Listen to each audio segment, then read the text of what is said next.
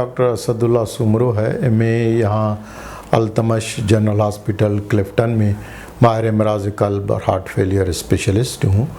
اور پچھلی دفعہ ہم نے حج کے سلسلے میں نے اپنے کتاب کے بارے میں ایک سمری کا ڈسکس کیا تھا کہ حج کس طرح سے حج کے دوران جو پرابلمس ہوتے ہیں، اور وہاں پر میں نے ایک پروفارما دکھایا تھا. اور اب ہم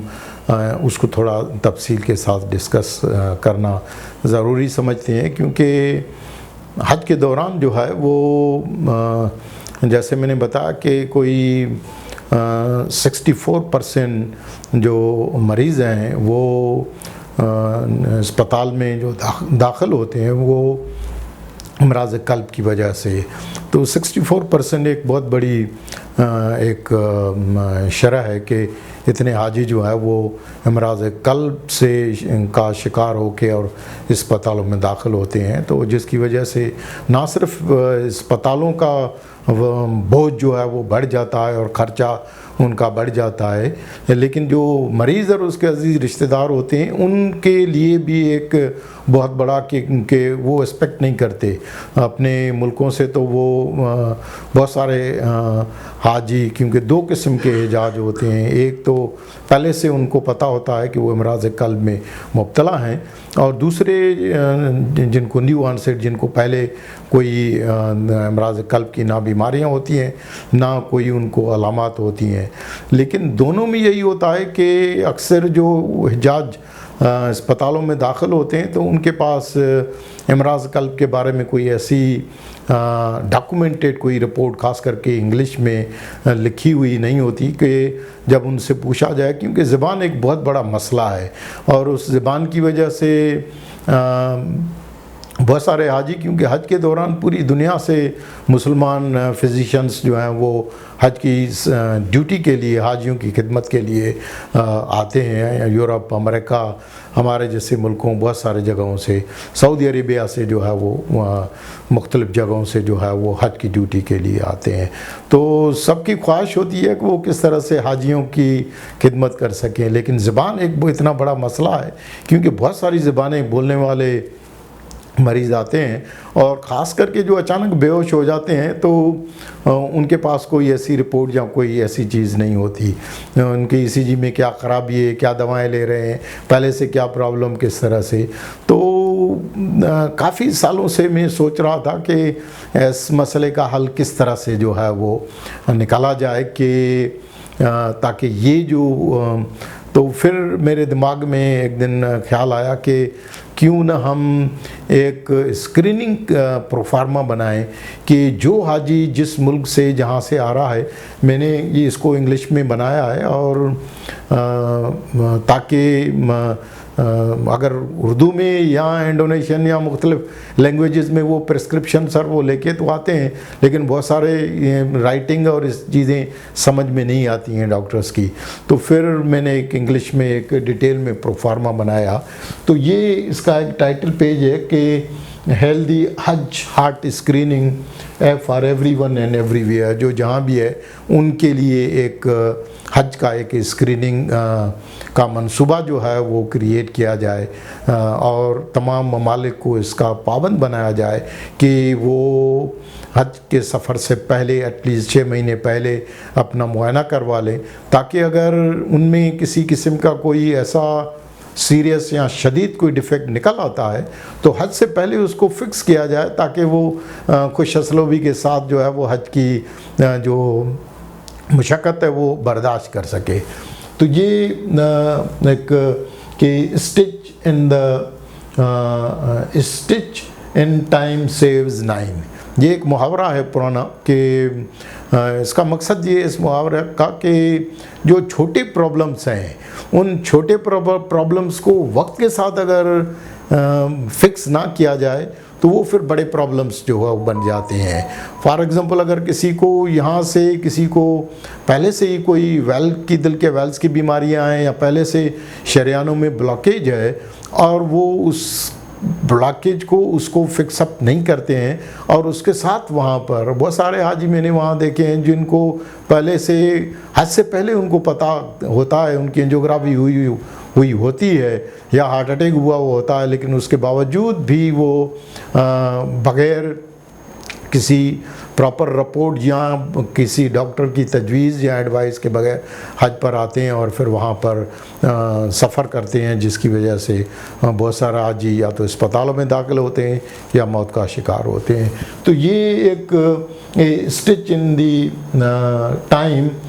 سیوز 9، اس کا مقصد یہ ہے کہ یہ جو پرابلمس ہیں ان کو پرابلمس کو چھوٹے پرابلمس کو تاکہ بڑے پرابلم سے جو ہے وہ بچ جائیں۔ اس کا اس طرح سے مثال ہے کہ اگر ریڈیٹر کا پانی ختم ہو گیا ہے، گاڑی میں آپ چلا رہے ہیں، سفر کر رہے ہیں اور ریڈیٹر کا پانی چیک نہیں کیا تو راستے میں پتہ چلا کہ آپ کی گاڑی جو ہے بند ہو گئی اور ریڈیٹر جو ہے وہ ختم ہو گیا، تو آپ کا چھوٹا یعنی ایک پانی کا ایک گلاس ڈالنے سے سستی کی وجہ سے جو ہے وہ آپ کو پھر پورا ریڈیٹر یا کبھی کبھار پوری انجن جو ہے بدلنی پڑتی ہے۔ تو حج کے دوران بھی اسی طرح سے ایسے ہی ہوتا ہے، اور اس کے لیے یہ ایک پروفارما ہے۔ اس کا پارٹ 1 جو ہے پروفارما کا وہ اس طرح سے میں نے تشکیل دیا ہے کہ مریض کے بارے میں مکمل جو ہے معلومات، یہ میں نے تھوڑا سا ڈیٹیل میں جو ہے وہ بنایا ہے اپنے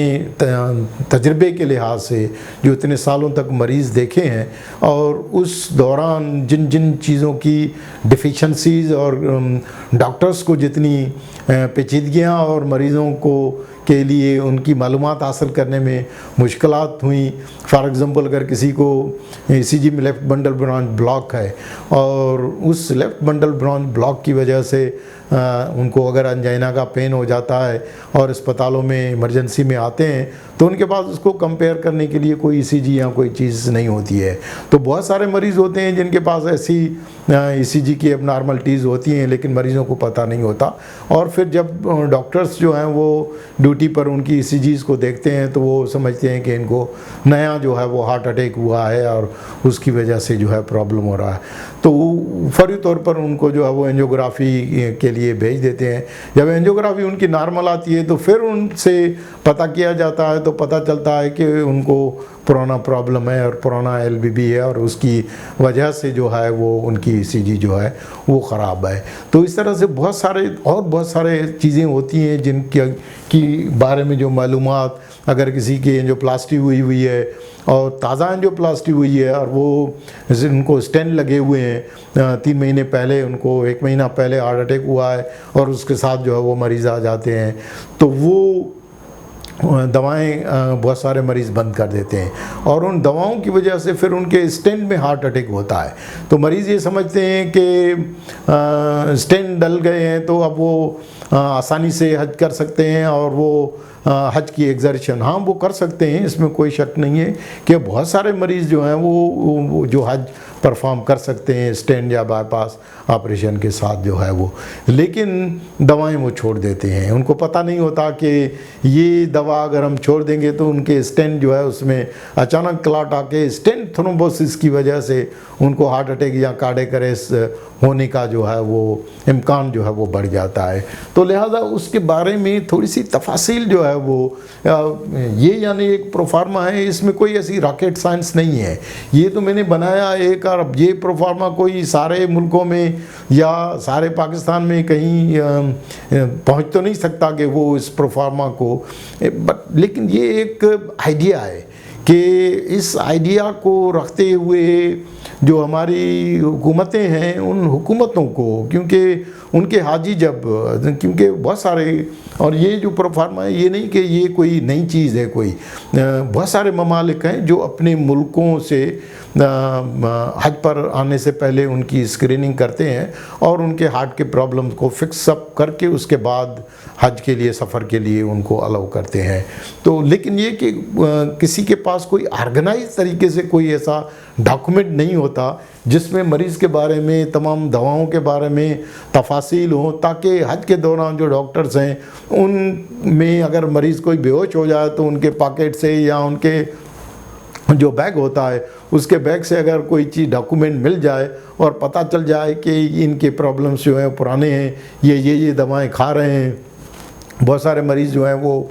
خون پتلا کرنے والی دوائیں، وارفرین ٹائپ کی دوائیں لیتے ہیں، اور وہ ان کو ویل کے پرابلمس ہوتے ہیں، اور جس کی وجہ سے ان کی نبض جو ہے وہ غیر منتظم ہوتی ہے، ایٹرل فبریلیشن اس کو کہتے ہیں، اور وہ دوائیں چھوڑ دیتے ہیں حج پر آ کے. اور دوائیں چھوڑنے کی وجہ سے ان کو فالج ہو جاتا ہے، اور فالج کی وجہ سے وہ ڈسیبل ہو جاتے ہیں، بستر میں پڑے ہوئے ہوتے ہیں، اور وہ حج پھر خود تو پرفارم نہیں کر سکتے، لیکن یہ کہ ان کے ساتھ جو عزیز رشتہ دار ان کے بھی لیے ایک زحمہ ہوتی ہے. تو یہ پروفارما کا مقصد یہ ہے کہ حاجیوں میں اور حکومتوں میں ایک اویئرنیس کریٹ کی جائے، کیونکہ اگر ہم کچھ کریں گے حج سے پہلے کوئی ایسی چیز، تو اپنے حجاج کو، حاجیوں کو ایجوکیٹ کر کے، اویئرنیس ان میں کریٹ کر کے، اور ان کو بتا سکیں گے کہ یہ کتنا ایک امپارٹنٹ کیونکہ اتنی بڑی سعادت جو زندگی میں پہلی اور آخری دفعہ ایک قسم کی سعادت کے لیے آپ حج کا سفر کر رہے ہیں اور دوسرے ملک میں جا رہے ہیں، وہاں ایک مہمان کے طور پر آپ جا رہے ہیں، اور رب العالمین جو ہمارا ایک سب کا حاجیوں کا میزبان ہوتا ہے. اور اگر ہم اپنے مسائلز کو بالخصوصاً سپوز کر کے کوئی سگریٹ، نشاور چیزوں کا استعمال کر رہا ہے، اور وہ حج سے پہلے ہی تہیہ کر لے کہ حج کے سفر کی جیسے ہی وہ نیت کر لے تو سگریٹ اور تمباکو نوشی کو ترک کر لے، تاکہ دوران حج امراض قلب کی مختلف، خاص کر کے خصوصاً ہارٹ اٹیک اور ان سے جو ہے وہ حرکت قلب کی بندش، کیونکہ اس میں سب سے سگریٹ اسموکنگ جو ہے وہ ایک سب سے بڑا ایک اہم رسک فیکٹر ہے. تمام حجاج میں جتنے بھی ملکوں سے جو حاجی آتے ہیں ان میں سگریٹ اسموکنگ، ڈائبٹیز اور ہائی رسک فیکٹرز ہیں. تو یہ پوری ان کی اگر تفصیل ہوگی ان کے پاس تو وہ ان کو جو ہے وہ، تو یہ پروفارما آپ اپنے جو بھی جس فزیشین سے آپ علاج کروا رہے ہیں، یا تو یہ آپ ڈاؤن لوڈ کر سکتے ہیں، کیونکہ یہ کتاب بھی جو ہے وہ میں نے وقف کی ہے اپنے وحاج الدین کرمانی، جو میرے لیے ایک انتہائی میرے دوست کے والد صاحب تھے. تو انہوں نے مجھے اس کتاب کو اردو میں لکھنے کے لیے تجویز دی، لیکن جب یہ کہ یہ کتاب لکھ کے شروعات میں جو ہے وہ یہاں پر پاکستان آیا اور تاکہ اس سے رہنمائی حاصل کروں، تو ان کا انتقال ہو گیا، اور یوں پھر مجھے اس کتاب کو مکمل کرنے میں زیادہ ٹائم لگا، زیادہ وقت لگا، لیکن الحمدللہ 8 سال اس کتاب کو مکمل کرنے میں لگے. اور یہاں پر میں جس نے اس کتاب کو پبلش کیا اس کو بھی میں نے کافی زیادہ زحمت دی، اور یہ رشید بٹ صاحب تھے اور ان کی وائف حمیرہ اطہر، جنہوں نے 8 سال تک مجھے برداشت کیا، کیونکہ بار بار میں سعودی عرب سے ہاتھ سے لکھ کے اور لے کے آتا تھا، پھر یہاں پر وہ اس کی میری غلطیوں کو اور گرامر کو صحیح کرتے تھے، اور پھر کمپیوٹر آپریٹر تھا جو ایڈیٹنگ کرتا تھا ناصر، وہ بھی اللہ تعالیٰ اس کو اور اس کے فیملی کو خوش رکھے، اس نے بھی کافی تعاون کیا اور اس کتاب کو پبلش کرنے میں، اور میری کوتاہیوں کو جو ہے وہ نظر انداز کر کے مجھے وقت دیا کہ تاکہ اس کتاب کو خوش اسلوبی کے ساتھ مکمل کروں. تو یہ ایک فری صدقہ جاریہ کے لیے 1000 کاپیاں میں نے جو ہے وہ پبلش کروائی تھیں. اور تو اب یہ کوئی یہ ایسا نہیں ہے کہ ایک حاجی کو کتاب جو ہے وہ دی جائے، کیونکہ یہ ایک مکمل ڈاکومنٹ ہے، اور یہ چاہے میں اس دنیا میں رہوں چاہے نہ رہوں، لیکن یہ کتاب جو ہے وہ مفت میں سب کو جو ہے وہ ملتی رہے گی.